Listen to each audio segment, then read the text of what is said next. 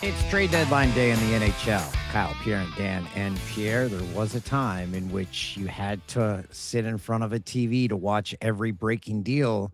And I'm not here to say that TV's dying, but we all have something in our pocket that you can immediately see the news. You would be correct, sir. I think the last trade that just happened is Bobby Brink goes from Philadelphia to Minnesota for David Juracek. That's a straight up hockey deal. So, it's interesting. Bobby Brink's a Minnesota kid that played at Minnetonka High School, part of the U.S. National Team Development Program, part of playing in the USHL, played World Junior, played at the University of Denver. It's an interesting one because he's an undersized player. He's not overly large. And last year, when they got David Juracek from Columbus in Minnesota, they thought they had a home run. They didn't. And so I find this to be a very interesting trade for both teams. I really do. So, Pierre, we have to talk about a day that many in Toronto Maple Leaf land have been speculating. Of course, today's the trade deadline day. Who's going, who's coming? But let's talk very quickly about their performance last night. They mailed in another AHL level performance against the absolutely last place New York Rangers.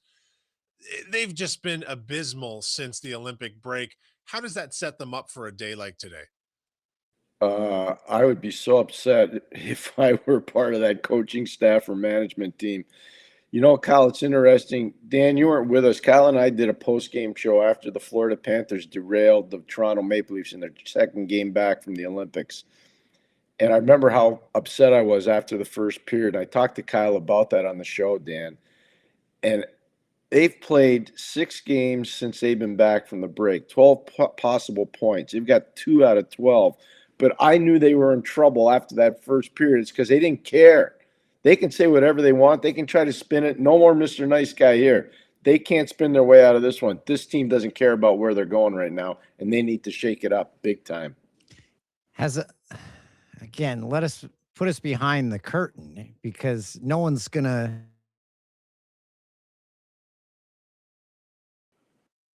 players that's kind of where they are. I think the players right now are so disappointed, and they're going to be more disappointed today when they see some of the guys are going to be thrown overboard because they can't come back with the same group.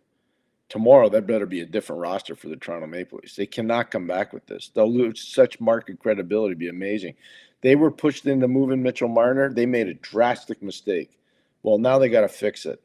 And the only way they're going to fix it, because they don't have the fix in-house, they're going to have to start to accumulate draft picks and prospects and try to make players better internally. But there's nobody in-house that can replace Mitchell Marner. And that's where this fundamental flaw really started to create problems.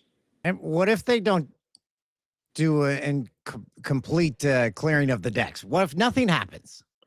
Well, then I have to think if nothing happens, is that upper management and ownership have said, you know what, we're not trusting this management team to make moves.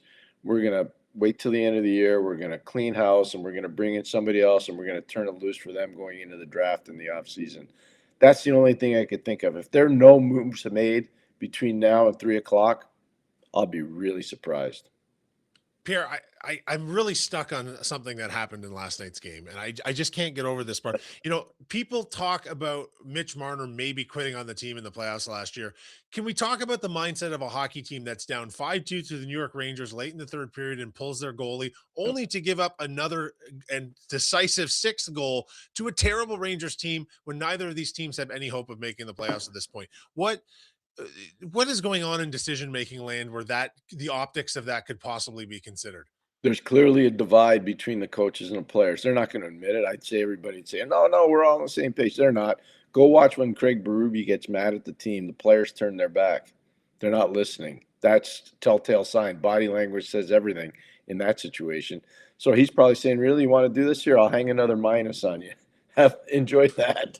And so there are different ways of counteracting the whole situation. But I would just say that right now they are probably a really dispirited group. It's pretty apparent. And they're not getting any A-level performances from anybody right now, which is really hard to believe, but it's a fact.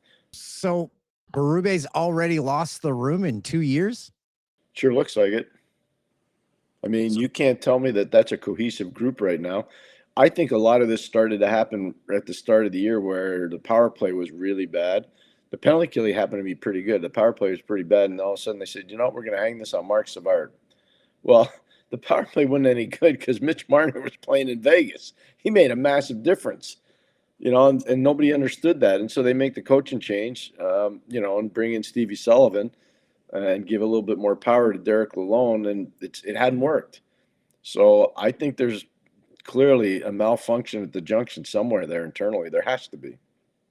What are your thoughts on the Nicholas Waugh trade? Because it seems like, if you're going to get something back for someone, they did all right.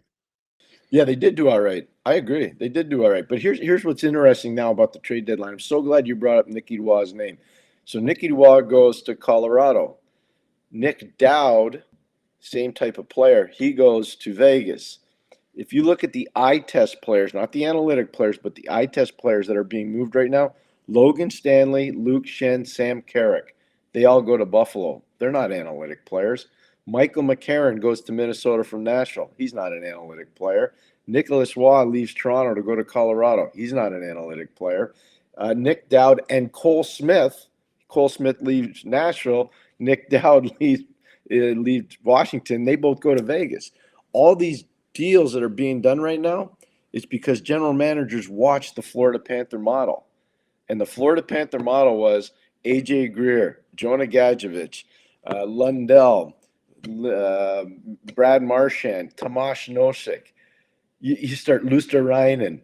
So people are realizing you cannot win this thing without having that quote-unquote DNA that's hard and in your face and nasty.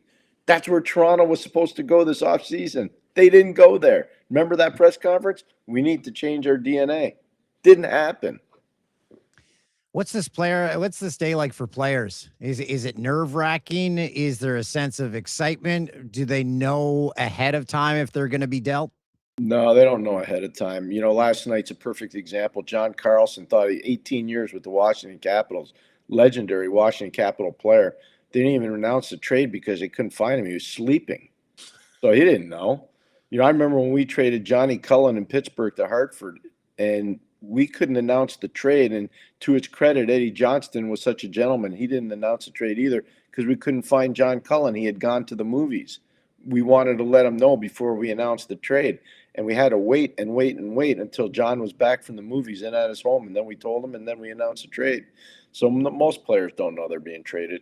It's a very tough day. I wish the league didn't have games on trade deadline day. I really, to this day, I've always felt this way, even when I was working in the league.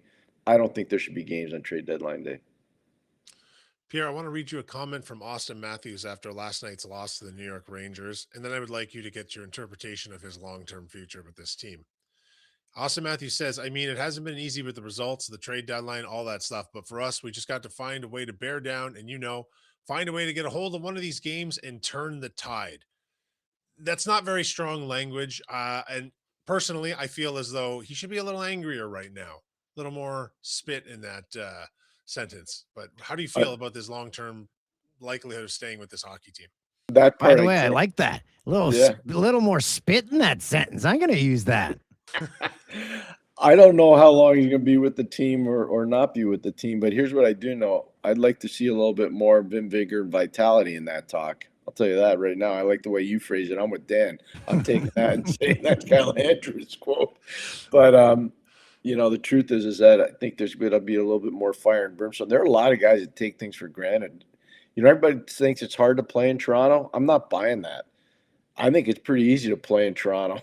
Toronto's unbelievably forgiving. They haven't won the Stanley Cup since 1967, and the Leafs are still the leaders of the pack. How hard is it to play in Toronto? Yeah. Try playing in Boston. Try playing in Montreal. Try playing in Vancouver. It's a goalie graveyard. I can go down the line. There's some pretty hard cities in this league to play in. Chicago, Detroit, when they're not winning. They haven't. How about Detroit? If they don't do something today, I'll be so disappointed. Detroit hasn't played a playoff game since 2016. Detroit, listen to this one for a second. They have a brand new building, Little Caesars Arena. They haven't played a playoff game in Little Caesars Arena. The last time they played a playoff game, they were in Joe Louis Arena. That's unbelievable. Yeah. So I can tell you one thing. They're mad in Detroit.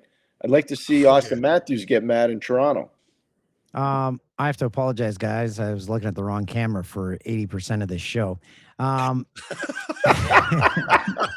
The one camera's broken. We had to switch to another one. So Is that a anyway, metaphor for the Leaf season, Dan? they've been looking at the wrong camera all season.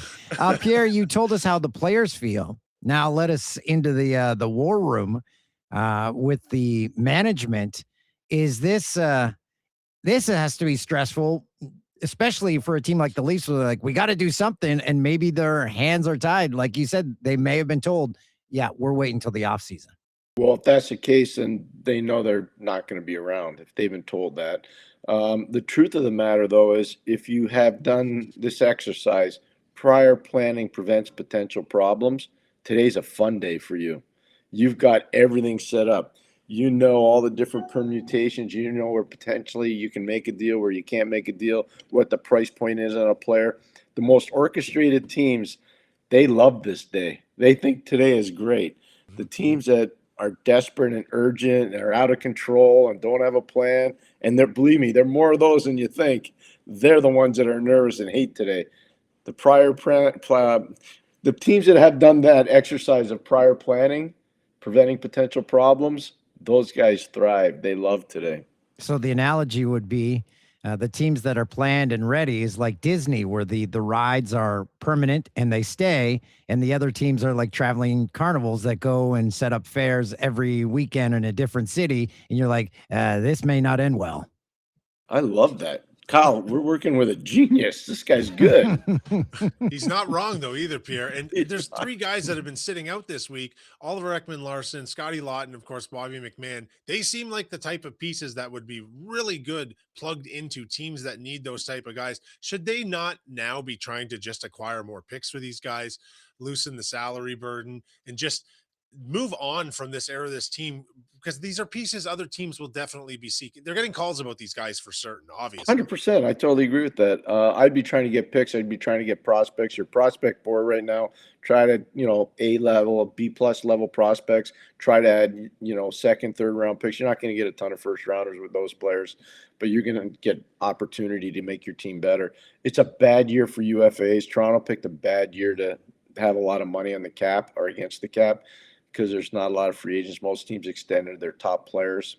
So that's a little bit of a hardship for them this offseason.